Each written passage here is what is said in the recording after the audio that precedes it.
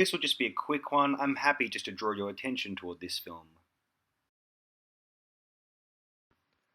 Wax, or The Discovery of Television Among the Bees, is one of the most bewildering, perplexing, and imaginatively evocative films I have ever seen, and likely anyone else will ever see. A work courtesy of the enigmatic David Blair, Wax is a visual realization of one of the most peculiar, creative, and brilliant scripts ever composed. A cerebral saga involving beekeeping, flight simulators, the afterlife, and folding space, there is no film which can possibly compare to it. If there is, point it my way.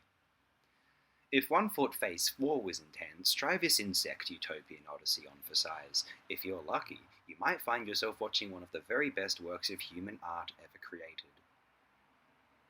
The three primary visual tools utilized in the development of Wax are live-action photography, found documentary footage, and computer animations. Included within Wax is an overt critique of how technology is developed primarily via the American military-industrial complex. A truly extraordinary film, Wax inspires feelings of envy, awe, and infinity. One watches Wax and has the feeling they are acquiring some hidden knowledge, some beautiful secret to elucid reality, a secret tucked away in the annals of obscure art circles. Most likely one comes across Wax, or most pieces of information they do nowadays, via the internet, and this is wholly consistent with this film as an intended experience. Wax feels representative of the internet as this place where the introverted and obsessed uncover cult enlightenment regarding the nature of their existence and the universe. It has a very special relationship with the internet indeed. On May the 23rd of 1993, a VHS copy of Wax, or The Discovery of Television Among the Bees, was the first film ever streamed on the internet. Additionally, a hypermedia recreation of the film, Waxweb, was one of the first sites on the World Wide Web, first appearing in 1994. I don't think Waxweb is still available, though apparently it was something akin to an interactive, possibly randomized recreation of Wax the feature film. I'll read about a quotation from David Blair about both Wax and Waxweb. This will give us some insight. Wax was my first feature, executed from 1985 to 1991 with a variety of arts funding and a co-production commissioning from ZDF in Germany. The narrative is grotesque, an unresolved and unresolvable tragedy revolving around the perceptual and ethical misperceptions of one Jacob Maker, flight simulation systems programmer, and amateur beekeeper.